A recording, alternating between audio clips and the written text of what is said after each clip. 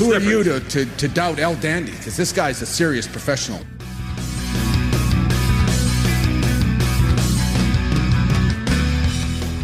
Hold 3, the moss-covered, 3-handled family Gradunzel.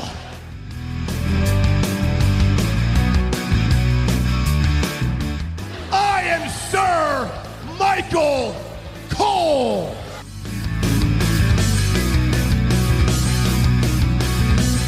You there, sitting at home. Acknowledge me.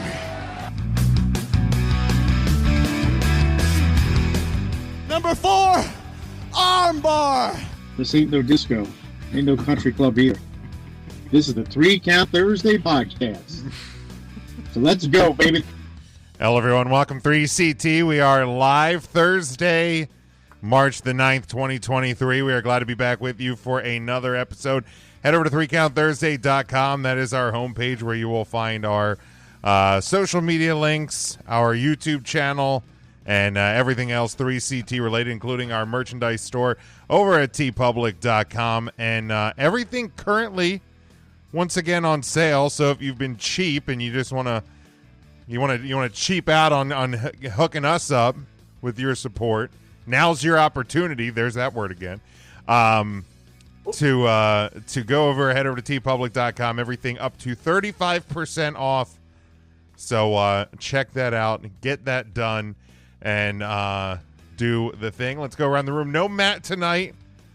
Lord knows where Matt is, but we hope he is well. Ryan, How you doing? you're muted, Ryan. I think you have to unmute yourself. I'm not muted. You're not muted? I'm Okay. right here. Can you hear me? I Check can. 1, Yes, I 2. can hear you. We Welcome. have a pre-show to do this. Why you get me upset? We don't have a 2 minutes pre-show. into the show? What's a pre-show? Oh my God! Then what is EJ paying for? Wow. What is love? His undying support of 3CT.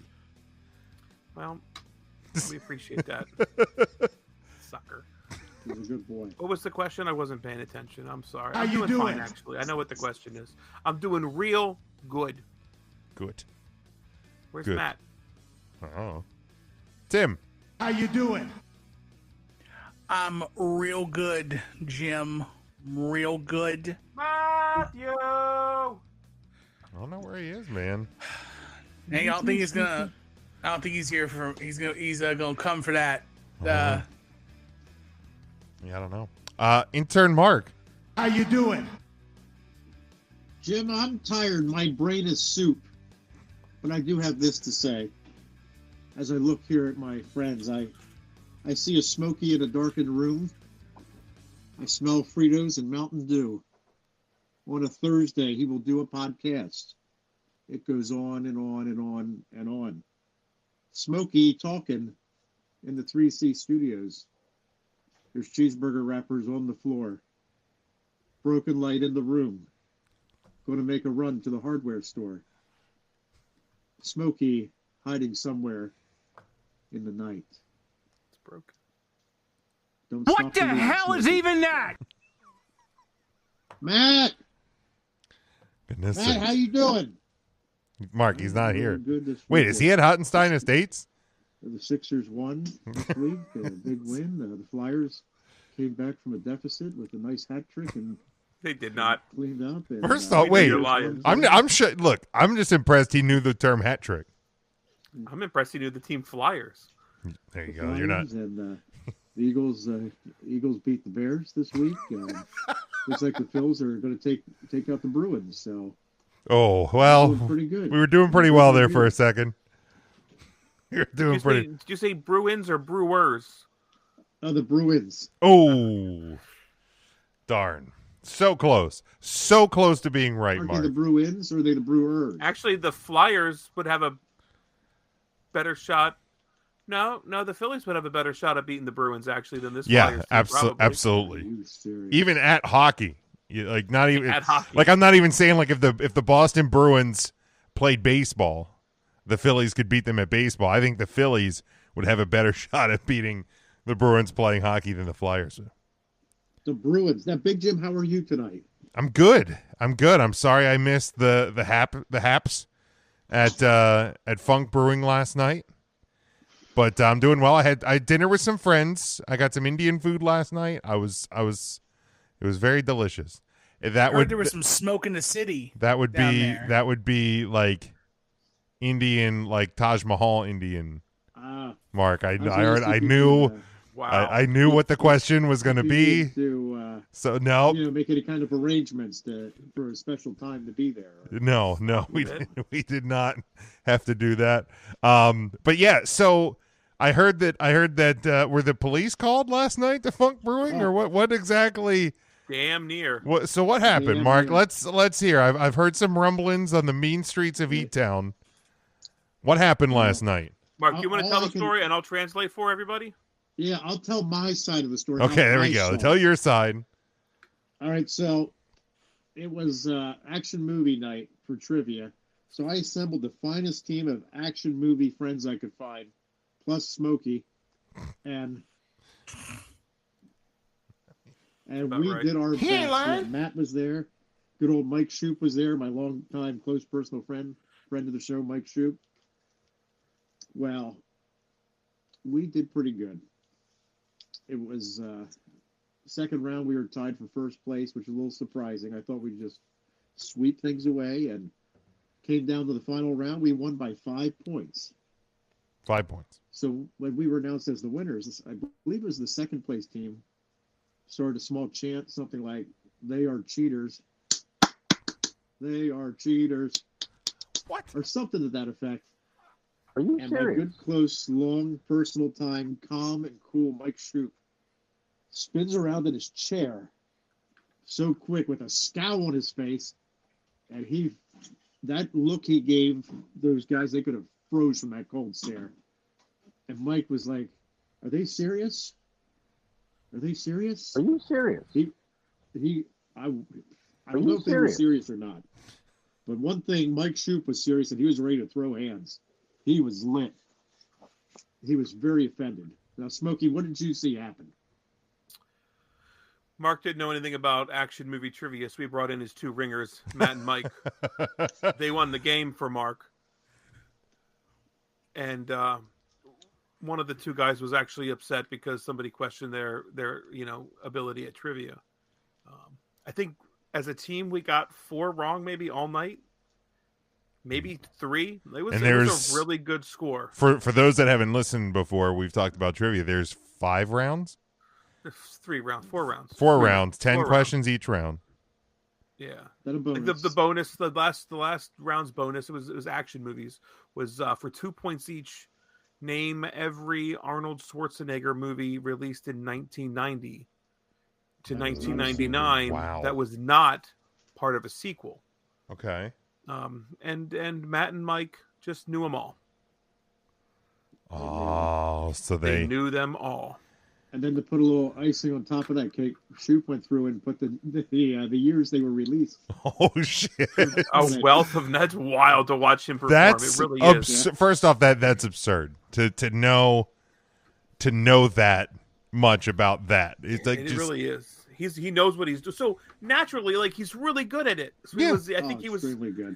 the way he reacted. I was like, oh, he's maybe just fucking around, like selling it that he was No. upset. But I really think he was shoot upset, and I don't blame him.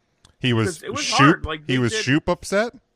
Shoup upset. It's a whole nother level of real upset. Did you guys see Mark? He posted the round 3 trivia question, which was like martial art related movies. No, I didn't. Or movies with martial arts in it. I knew 3. They knew all of them but the bonus. And nobody got the bonus. Nobody claimed in the to whole get the place. bonus. Nope. Nobody. But you know who got the bonus? So when I posted it was Roy Boy.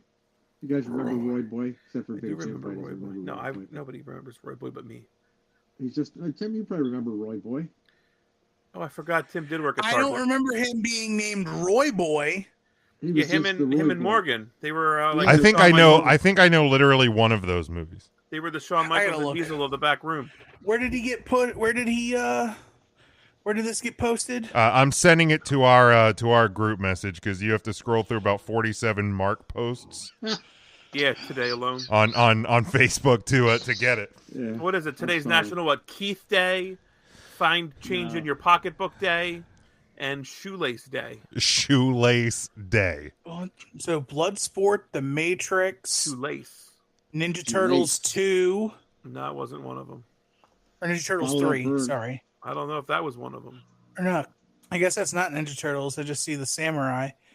Rush Hour, That's the 3 I knew. I knew Rush Hour. Universal Soldier, That I don't think was one of them. the one with Jean-Claude Van Damme in the bottom in number 9. That's not Jean-Claude Van Damme, I don't believe. That's definitely a Van Damme.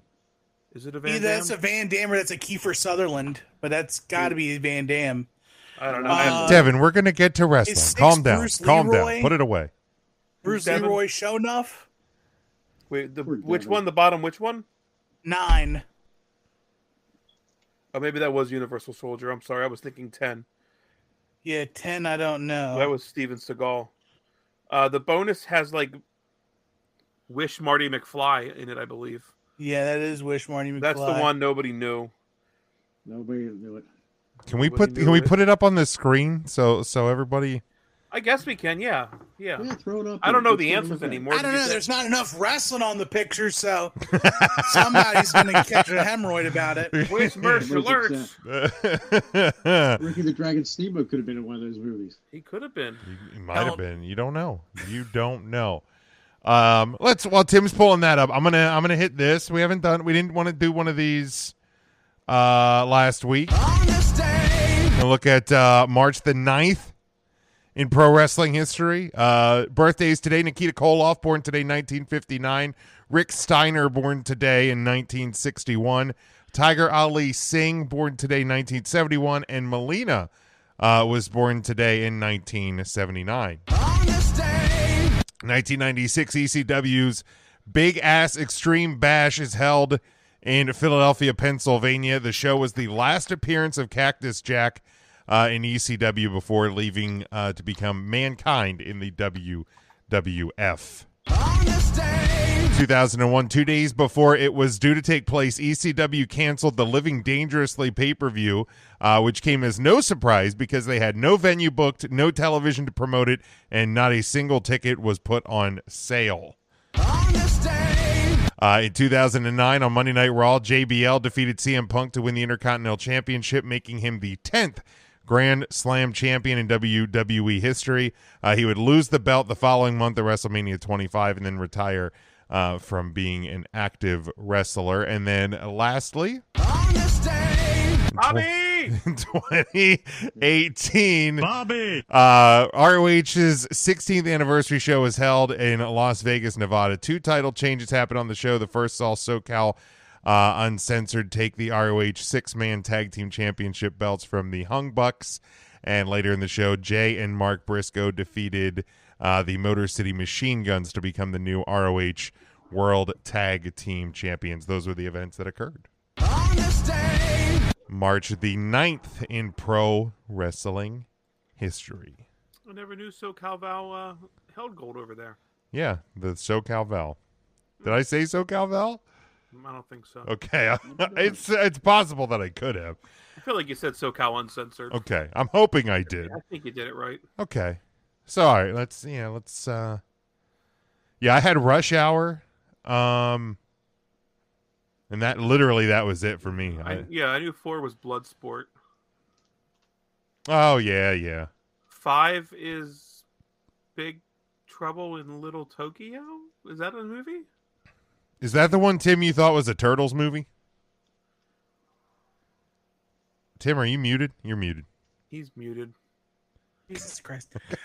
Yeah, I thought that was Ninja Turtles 3, Yeah, I don't believe it was. where they like time travel back into like the samurai days.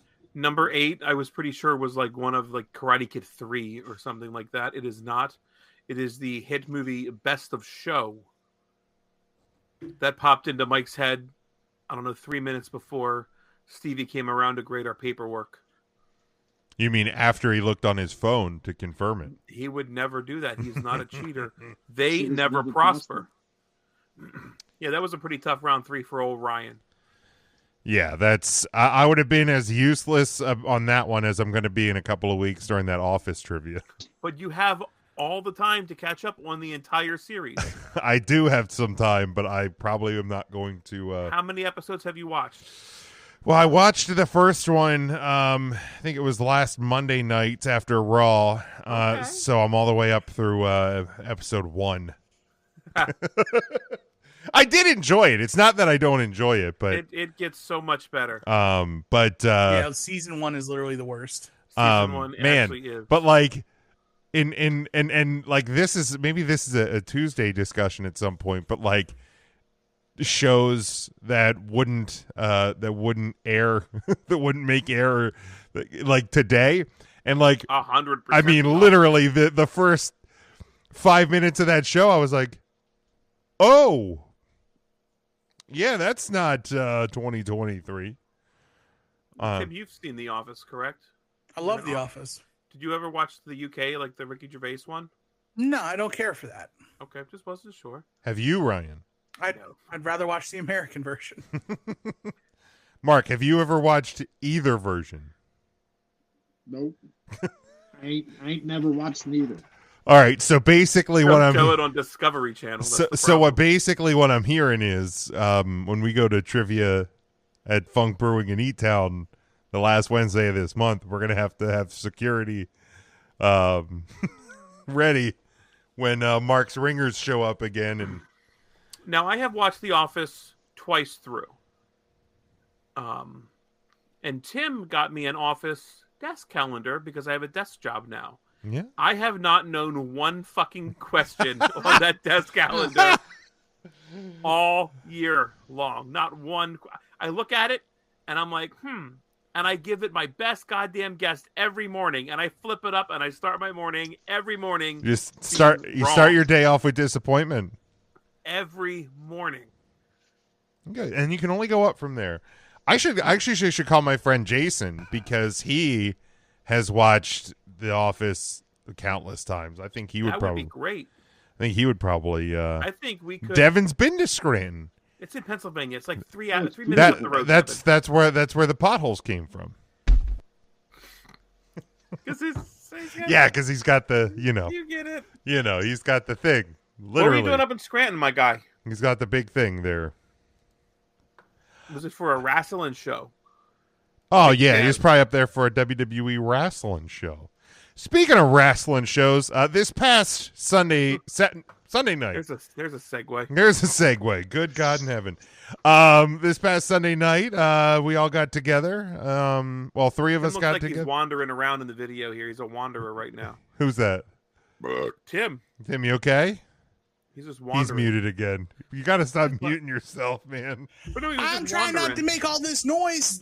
Fuck up the pot. You know what? All noises from here on out. I'm not touching it. Oh, perfect. Have you ever heard Mark on this podcast? Yeah, and it drives me insane. What happened? What happened? He says. Where's your dog at?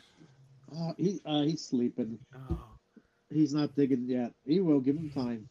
Give him time. When occasionally when he's digging, he loses control of his bladder. So that's been fun. Oh. Did you say it's cute sometime, and then said he pisses on your couch? Yeah, sometimes. Yeah, I have to put like a blanket down now when he's laying. Why don't you put a little puppy diaper on him? Nah, I don't know. That'd be messy. Okay. What, piss on your couch isn't? Okay. Well, I don't want the other dogs to make fun of him. Put that Kim Lemon picture down there. Well, then he'd defecate on the couch. Kim is a saint, Ryan. You need to stop Give it. the dog a bone. There's no need to be sour around Kim Lemon. Oh, for God's sakes. All right. AEW Revolution was this past Sunday.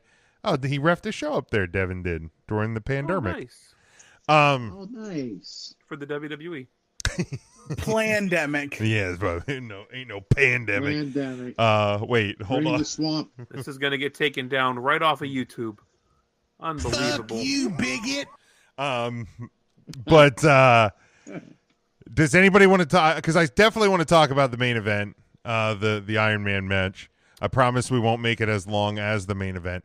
But is there anything else from the undercard that anybody would like to talk about from Revolution or the fallout from? I loved the trios tag match. I thought that was the match of the night.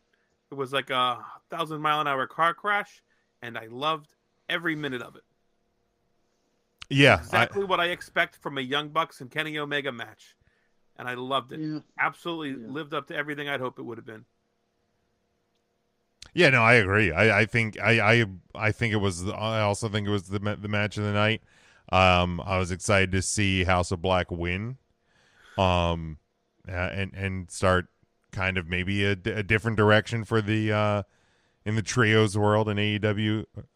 But yeah, car crash 1,000 miles an hour. I think is I love it. the perfect way to describe that.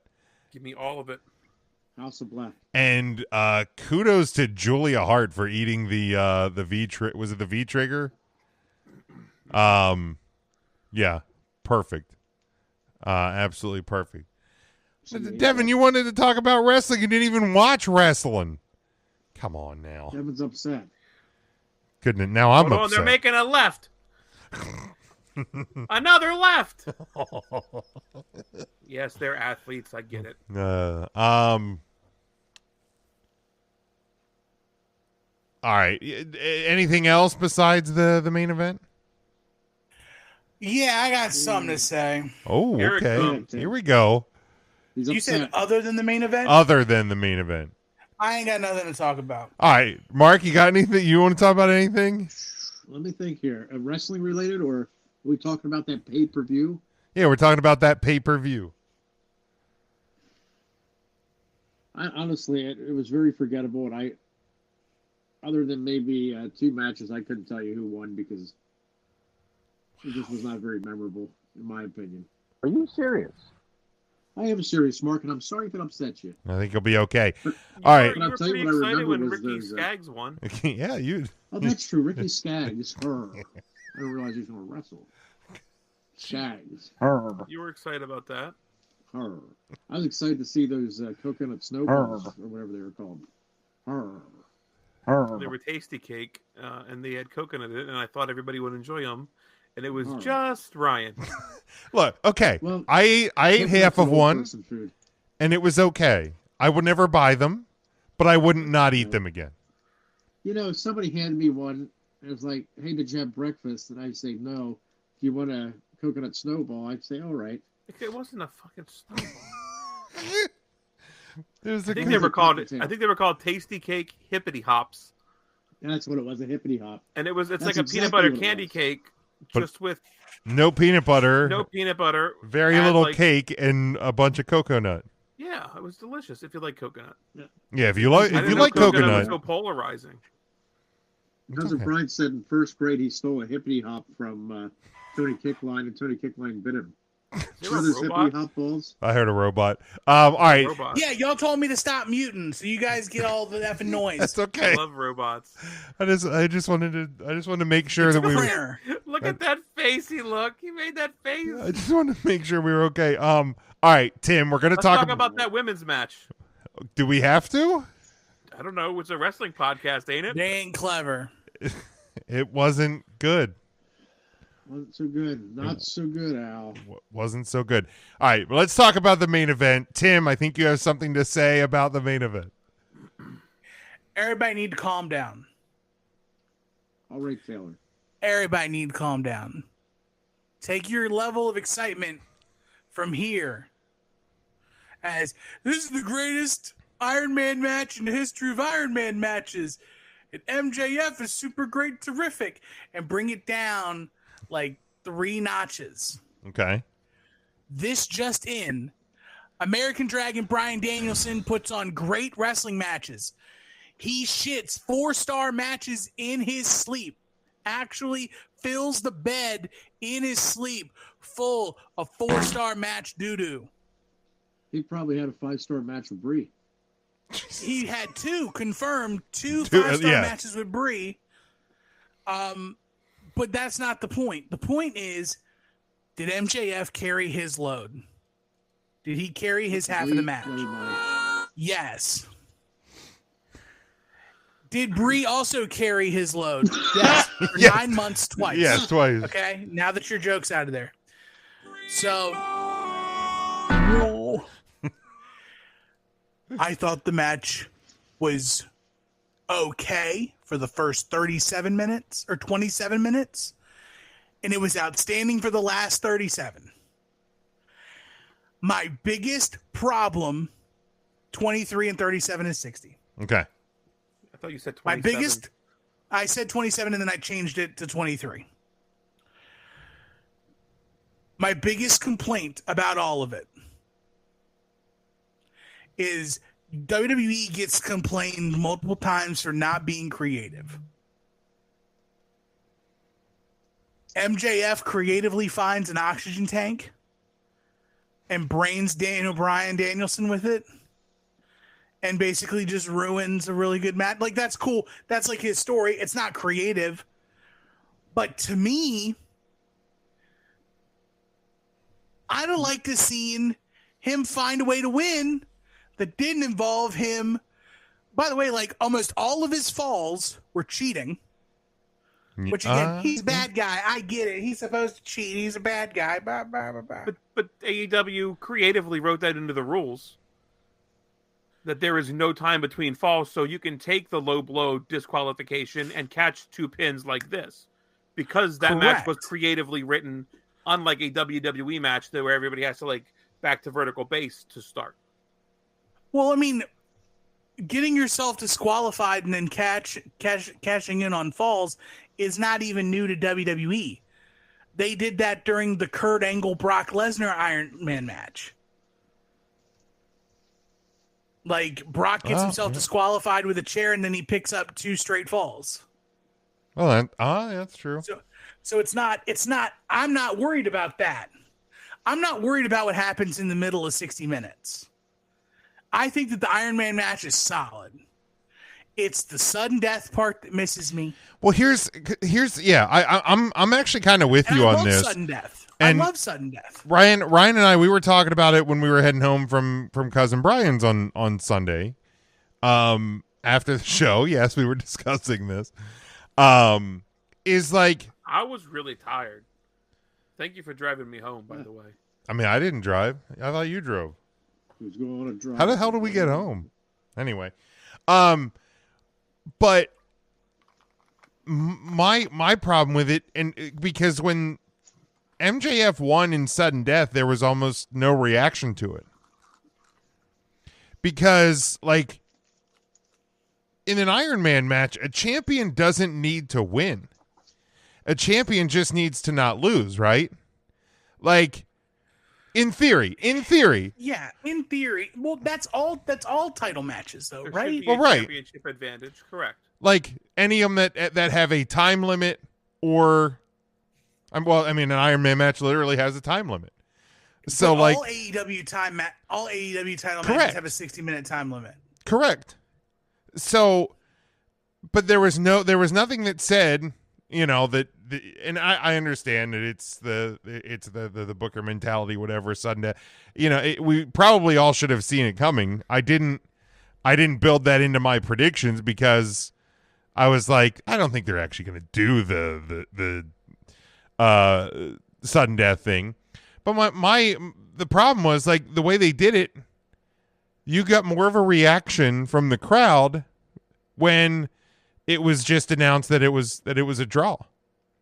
And then they restarted it, and I think everybody alive, for the most part, or at least everybody in the Chase Center, really kind of felt like, hey, Brian Danielson's going to win. And then, like, MJF tries every, like, sneaky, cheaty thing in the book and doesn't get the pin. So then you really get this feeling like Bryan Danielson's going to win. And then, an oxygen tank is just sitting there conveniently. And they hit 3, and it was as quiet as the end of the women's match. I mean, seemed like Danielson taps.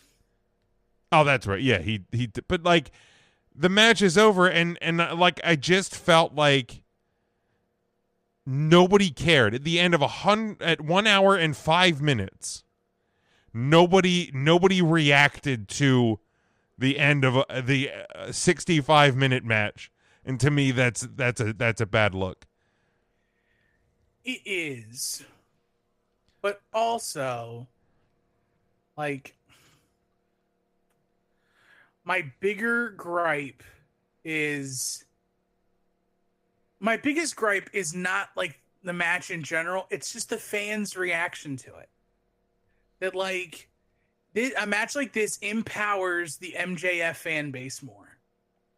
Yeah, I mean, I'll be honest. I hate it. I'll be honest. Like it was better than I expected it to be. Like I was not looking forward to a 60-minute MJF match. I thought I was absolutely not there for it. Bryan Danielson works magic. Yeah. I'll say this, and this is going to be a positive thing I'll say about MJF. He does show up when it matters. Yes. He doesn't look awful when he's put in there in a position to have to do something. Physique wise, I think he looked phenomenal. Oh, he was probably shredded. at his best game. Best look of his career. That's a great meal plan he's on. You know, that's real solid. It's a good looking hog to look at. You know, It's not bad. Smokey was watching. It's all kosher too, so you ain't got to worry about it. That's right. But and then like we got the. Did you guys watch the press conference? I didn't watch the whole scrum. I've seen most of the clips of MJF's. Like he was kind of trying to mimic the Punk. He was eating the pickle, and he called everybody a fucker and a mark and a jackass and a dickweed and a, you know. Right. And like, I'll say this too. let's hear it. I hated the MJF scrum until he was asked the question about the boy that he threw the liquor on. Oh, yes. Okay. I actually don't know that I saw this clip. So what was... Did you see the story though? Well, I saw that it was a unplanned spot. He grabbed a drink, threw it on a kid. He grabbed a drink. He thought it was water. He threw it on a kid. It ended up being a mixed drink. When I saw Amanda Huber very quickly... The kid gets upset.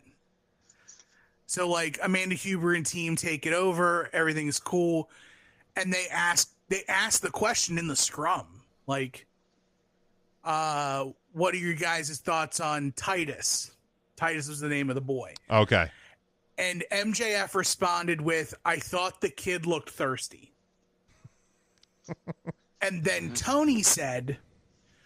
Max and I had a conversation immediately after the match. I told him this is unacceptable of a champion.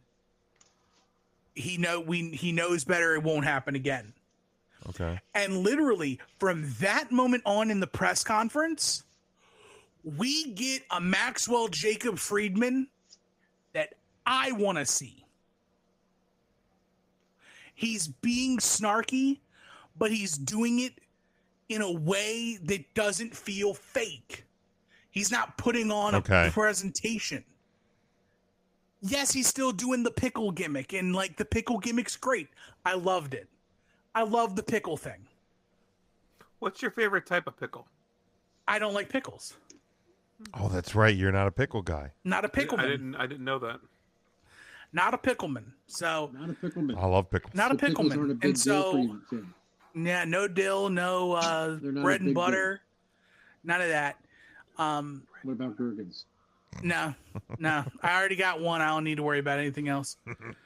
That's fair. But in any case, it's like Smokey already did. my biggest problem with MJF is that oftentimes than not, I don't believe him.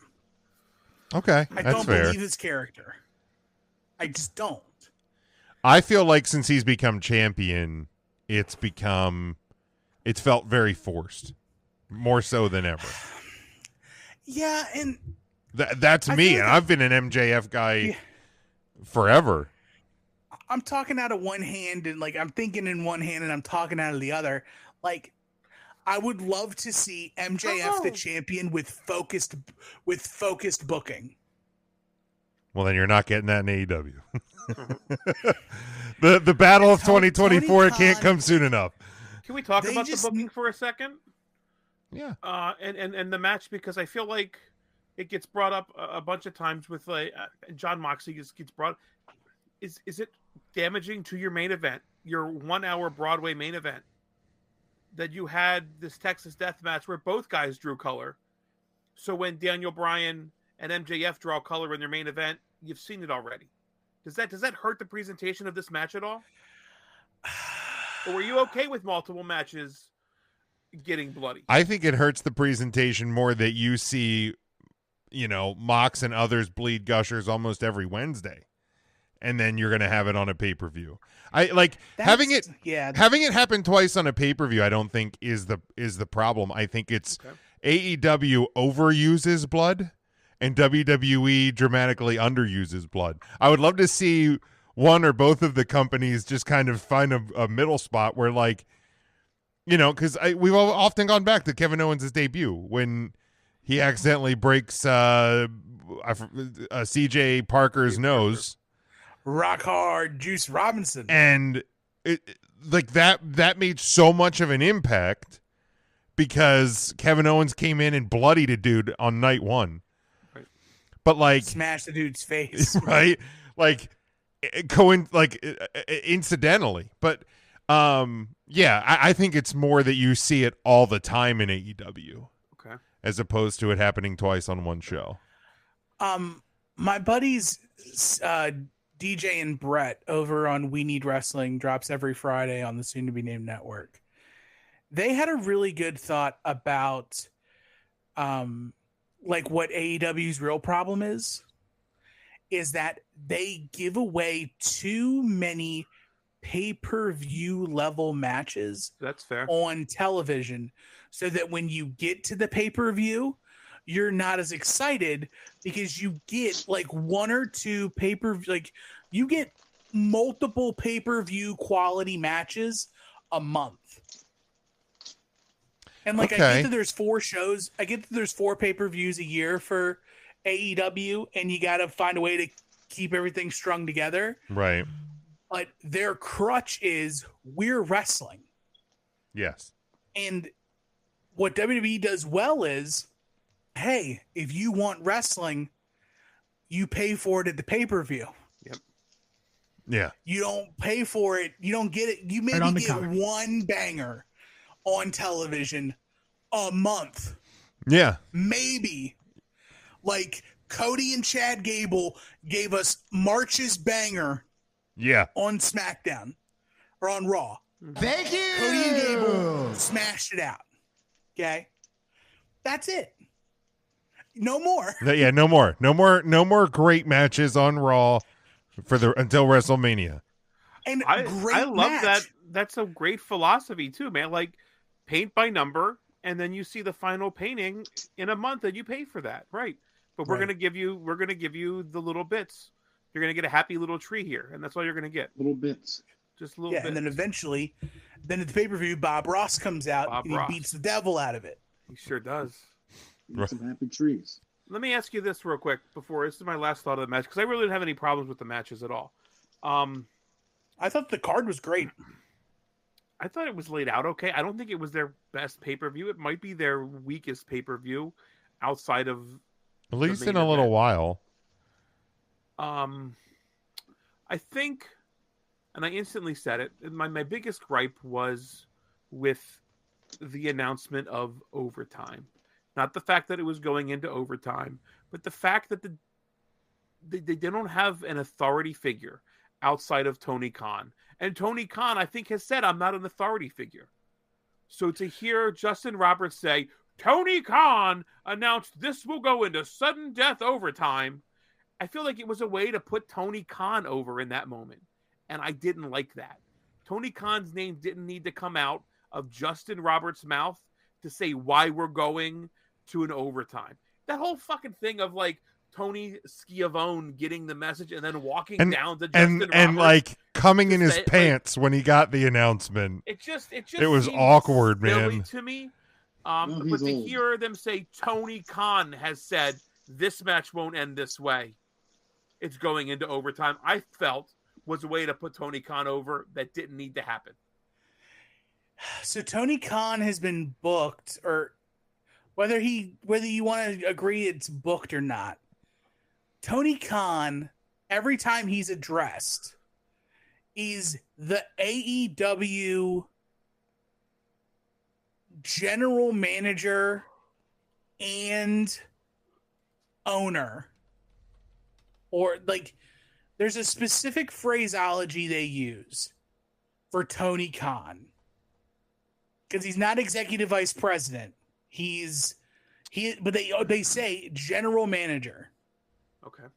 So like he's not an on-screen authority figure, but they have on multiple occasions mentioned, like when a big match gets booked, they'll say Tony Khan has done this. I was cool with but Shivani. Tony Khan says Tony Khan does this. Like that's the thing. Well, Tony Khan didn't say it. Tony Schiavone said it. Yeah, but it's on a Tony Khan scripted program, is what I'm trying to say. Like, right, Tony but Khan so when you look at the whole segment, after the fall, you hear Excalibur and Taz talking about what happened, and you hear Schiavone having a side conversation right with Tony backstage, but you don't hear Tony. You only hear He is president, Schiavone. chief executive, general manager, and executive producer. President, chief executive, general manager. Jim, you're a football fan. How does that typically work out from like a Jerry Jones perspective to have somebody like be like an owner and a general manager? That usually works out well, right? Yeah, I don't have the sounder on this board, but not great. How many straight years of not championship football is that? Almost 30. Almost 30. Okay. It's 20. Yeah. Yeah, it's 28. So yeah, just You're coming up on the anniversary of the first year of the there it repeat. is. There it is. Not great, Right? Bob. Yeah, it's 28. And so Tony needs one guy Yes. to like he needs to find He needs his Adam Bruce Pearce. Pritchard. He needs a Bruce Pritchard. Yeah. But on That's what TV he needs his Adam Pearce. I don't know if we need I don't believe we need televised authority figures.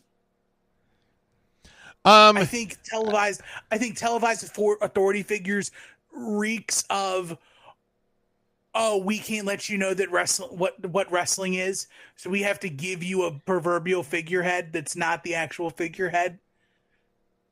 Okay. Like That's a weird way. That's a weird spot to draw a line of believability or not.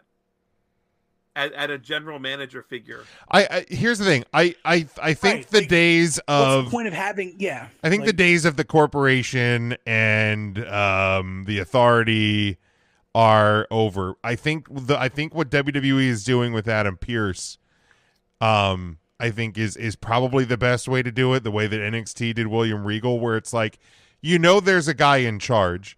You see him when he needs to be seen. And besides that, like, he's not part of the story. It's just like, hey, did you see what the F happened out there? Can we get something done about this? Yeah, I'll see what I can do. Okay, here's the match. Or like some fuckery goes down in the ring. Here comes Pierce. This is not the way that this is going to go down. Restart the match. Sort of a deal. Like who's neither heel nor face. Right, he is who just is straight. Right, Straight, he's the right. he's just the boss. He's the TV boss. I will say Adam Pearce is the right way. Yeah, if you're gonna do it. I don't have believability that Tony Khan, if they had an Adam Pearce figure, Well, that he's booking an Adam Pearce figure. Well, that's true. And it's He's hard gonna to book- and it's hard to be He's the gonna do wrestling Apollo observer. dangerously. And You know who would be a really good authority figure in AEW? Don't even Shane McMahon. I was gonna say intern Mark. The best That'd be great. in the world.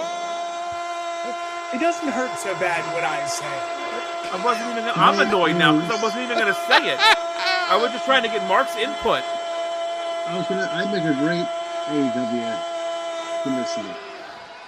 I just don't know if you can get holy cats over. I bet I could. Yeah, I'm glad you played that clip because today is National Shane Day, as in Shane McMahon. I did not know that. Today, at our stand-up meeting today, I was in the hot seat, so like my team asked me like questions. Oh, isn't that the most fun thing in the world? It was okay. My hands were sweaty actually afterward, and then it shocked me. But they had asked, they know that I do commentary for professional wrestling, and they asked me like, do I have a catchphrase, like specific catchphrase? And I'm like, it's funny you say that because I don't.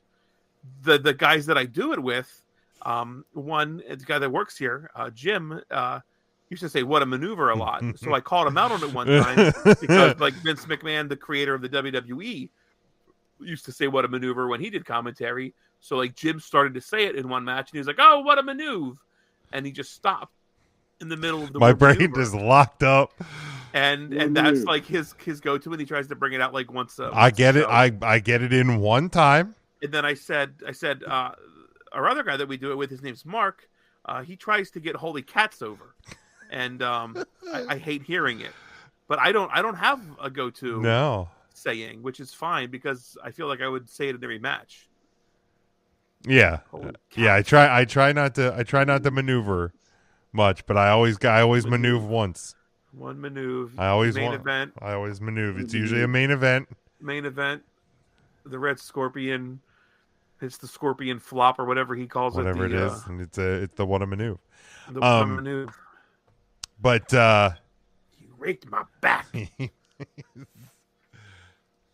raked my back. Yeah, no, he didn't literally rake it. Any other thoughts on what was it? Our Evolution. Our Revolution. Before we close it out. Yeah, it felt average to me. I didn't love it. I didn't hate it. I think I felt better about the Iron Man match that we watched it in a group, and I wasn't just sitting in my living room just watching a 60-minute match by myself. Like, I think I would have a worse feeling. I honestly feel like I'd have a worse feeling about it if it was that way. But let's go and do this. Since John Moxley, Cesaro, way before Gargano, there was Savage and Roddy, and Saturdays on NBC. These five guys on Facebook are gonna take a hard look. 3 Count Thursday brings to you the wrestler on the week. All right, week number 47. Wow. Since John Moxley, Cesaro, let's do it again. Do it again. Gargano, roll it back. Savage and Roddy, I forgot I had it on the repeater. These five guys on Facebook. I literally can't hear the Bowling for Soup song without thinking of this. Week 47. I heard it on Pop Rocks the other day. The old Sirius XM Pop Rocks. Hit it again. I forgot I had it. The repeater, it surprised me. But yeah, we're just a little over a month left in our standings. Now we do have our People's Champ for this week. Our friend from over at Take 3 Wrestling, Big Mac, got the win from the scorecard at Good job, Mac. At Revolution, and he selected Mark. I think it's that team that won the trios titles. Oh, what are they called? The House of.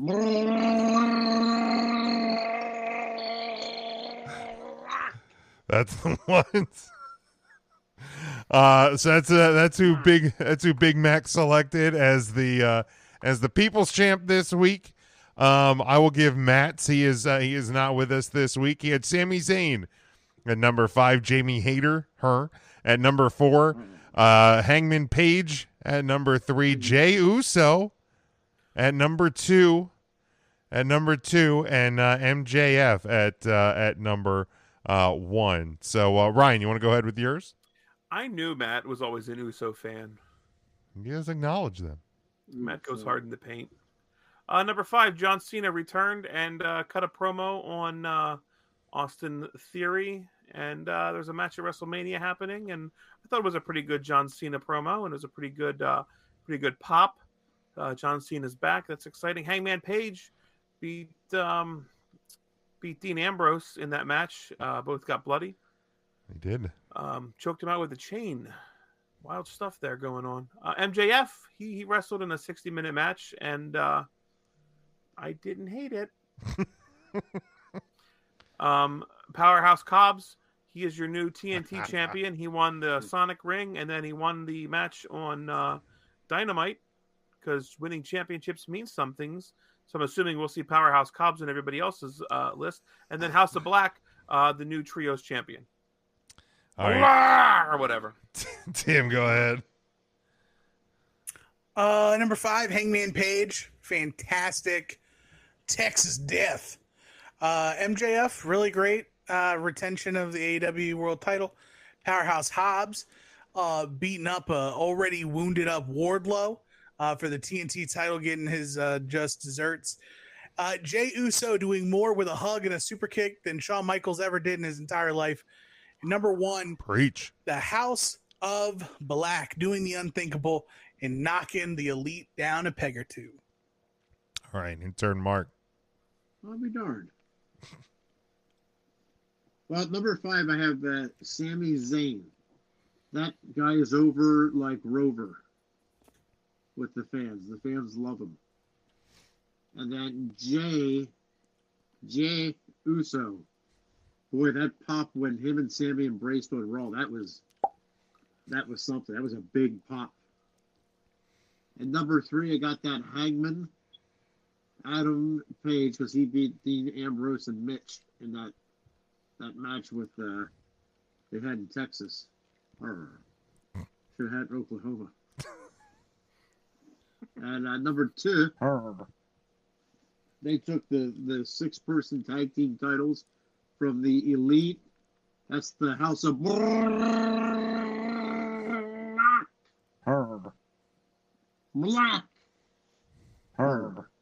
So that House of Black there came out and took the Trios titles.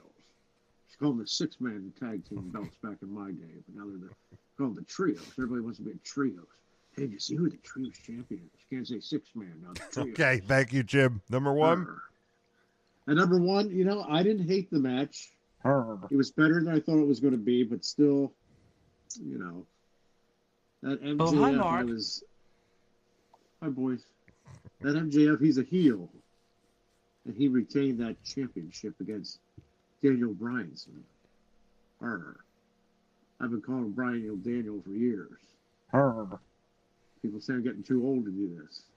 All right. Thank you, Jim. All right, number 5 for me. Great closeout to Monday Night Raw. Jey Uso just continuing the layers to this bloodline story as we head towards WrestleMania. Fantastic work by everybody involved there. Number 4, Jamie Hayter retained in the triple threat. I mean, wasn't the greatest work, but Hayter was the correct person to win. Hangman Page with the big win over Moxley. The House of Black, your new black or whatever the hell Mark says. Thank you. Is the number 2, the new Trios champion, MJF. Like I said, my expectations were pretty low. I thought the expectations were exceeded, and you win a 60-minute Iron Man match. It's something we don't see too often. I think I had looked it up.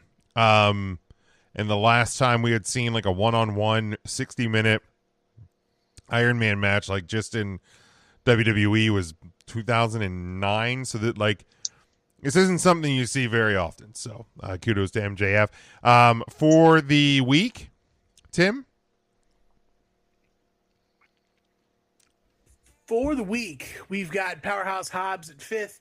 We've got Jey Uso at 4th, Hangman Page at 3rd, the House of Black, the whole collective at 2, and that dastardly MJF rounding out the top spot for the week. And if we look towards the year, and I didn't upload it, but I got a chance right now too, not much has changed in the way of the year-end results, except for the fact that the spot at the top has grown significantly. Jey Uso has stretched just a little bit farther out of reach and is now 6 points ahead of Sami Zayn. And we have 4 weeks until WrestleMania. So while there's a lot of time, there's also not a lot of time. So every vote matters. Yeah, we are running out of time. That closes week 47. Since John Moxley, Cesaro, way before Gargano, there was Savage and Roddy, and Saturdays on NBC. These 5 guys on Facebook are gonna take a hard look. Recount Thursday brings to you the wrestler on the week. The 3 count question of the week. All right, close it up here with this. There was a report that came out late last week, I think, or maybe it was over the weekend, that Triple H, now, of course, head of creative in WWE, is interested or leaning towards something like that, making or is a fan of shorter WrestleMania cards. So I had shared this link. I think I shared it with you guys. I'd also shared it with our friends over at Take 3 Wrestling, which I'm a part of, and kind of spawned a discussion with myself, Mike, and Joe. Basically is what the question is: should WWE make WrestleMania cards shorter? Now, from Mike's standpoint, I'll say this: he was not in favor of it, because he said, if I'm spending that money, I want to make sure I'm getting the most bang for my buck. But my thought is, I don't necessarily think a shorter card means a shorter show or a lower quality show. Because if you look at last year, for example, and this is kind of my defense of it. So we've had 2 with fans WrestleManias post-pandemic, these 2-night WrestleManias. And when I look at last year's card, night 1, I think you could very easily, I'm not counting the Usos Nakamura Boogs match because Boogs' leg blew out. So that match only being 6 minutes long, I'm not counting that against WrestleMania. But the McIntyre Happy Corbin match that was 8:35, I think you could very easily scrap. I don't think it was needed. I don't it was fine, but I don't think it was necessarily needed. But I think there was a lot of stuff on night number 2 that you could very easily have done away with, Lashley and Omos. I think you could have gotten away with not having the Sheamus Ridge Holland defeating the New Day in 1 minute and 40 seconds. Did not need to be there at all. I think that was because it got cut the first night or something like that.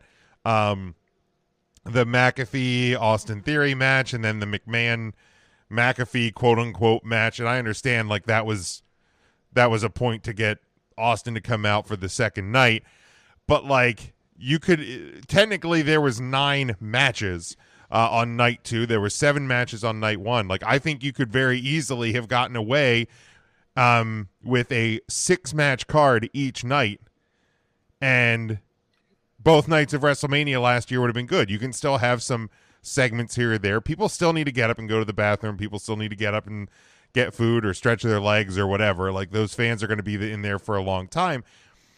But I don't think a shorter card necessarily means a less timed show or a worse show. I mean, if you kind of trim the fat off of last year match wise, I think you still have 2 really good nights of Mania. I hear everything you say, but you're wrong.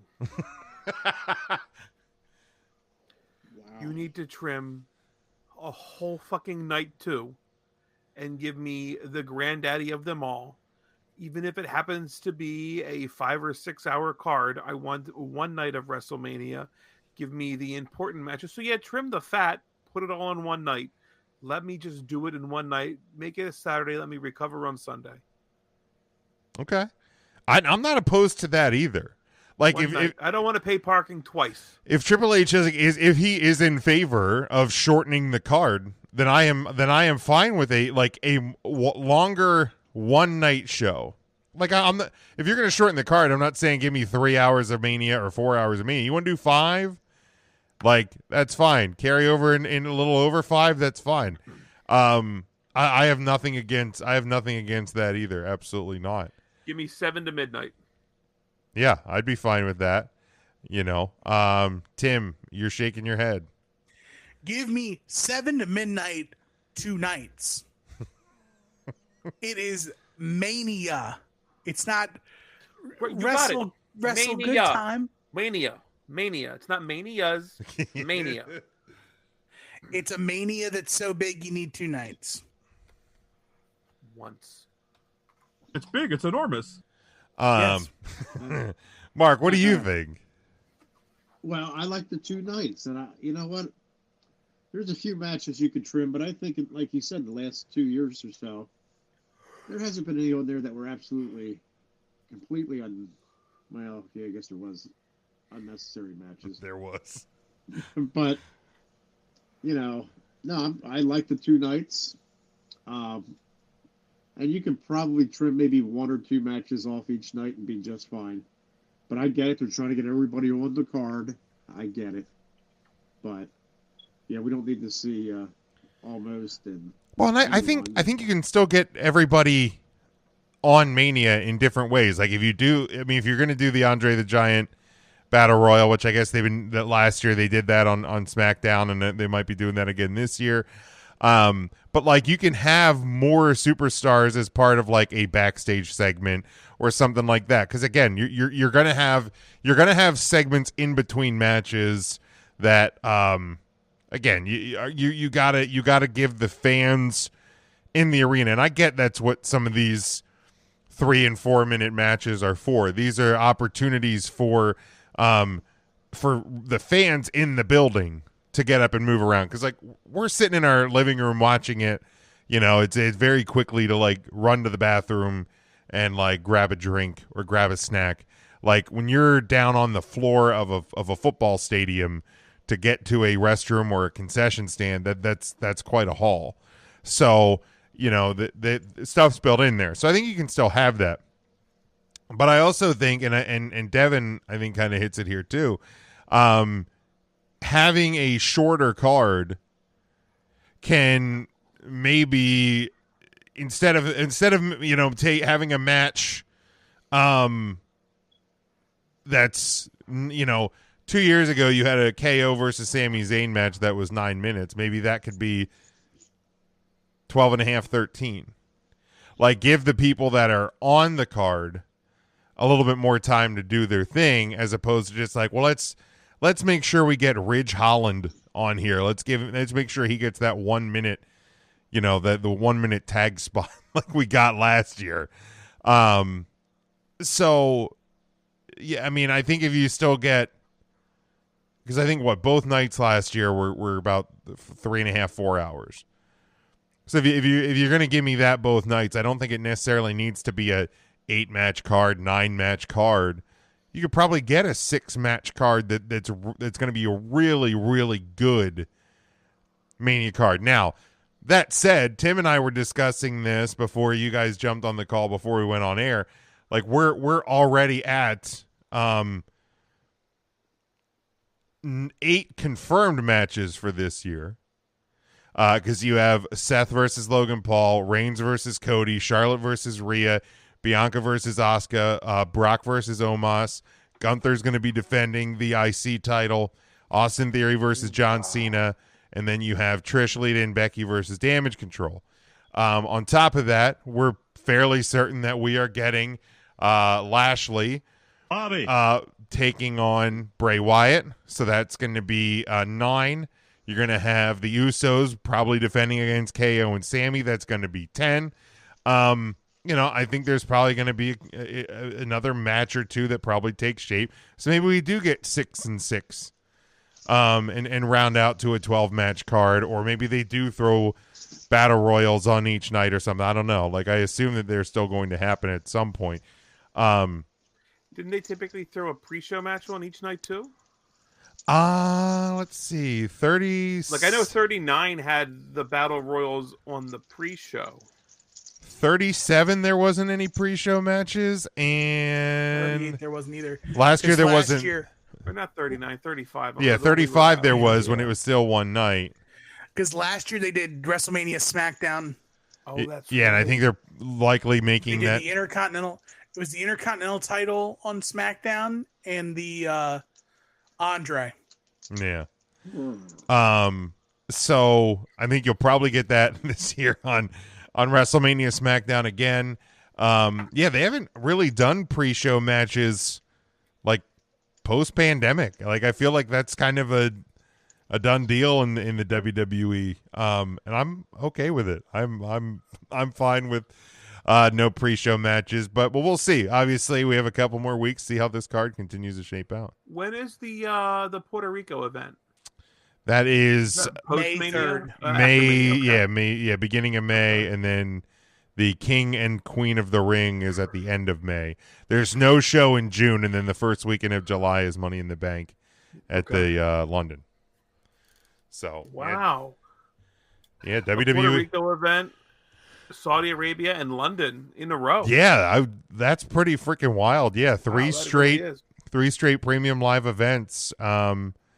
Off of the North American. Well, I guess Puerto Rico's North America, I guess, because it's part of the U.S. But off of the continental North America. Is it Central America? Is that considered Central America? No, that's or North America because it's because it's still it is still part of the U.S. Puerto Rico is a province. Right. No, I knew that. I just wasn't sure if territory. it was classified North or Central America. Yeah. Any other thoughts, boys? I'd like to know Hillbilly's thoughts on Puerto Rico. Oh, we don't have time for that at all whatsoever. So let's go ahead and close this show out. You want to hear those? Go down to, I don't know, probably the Moose Lodge in E-Town.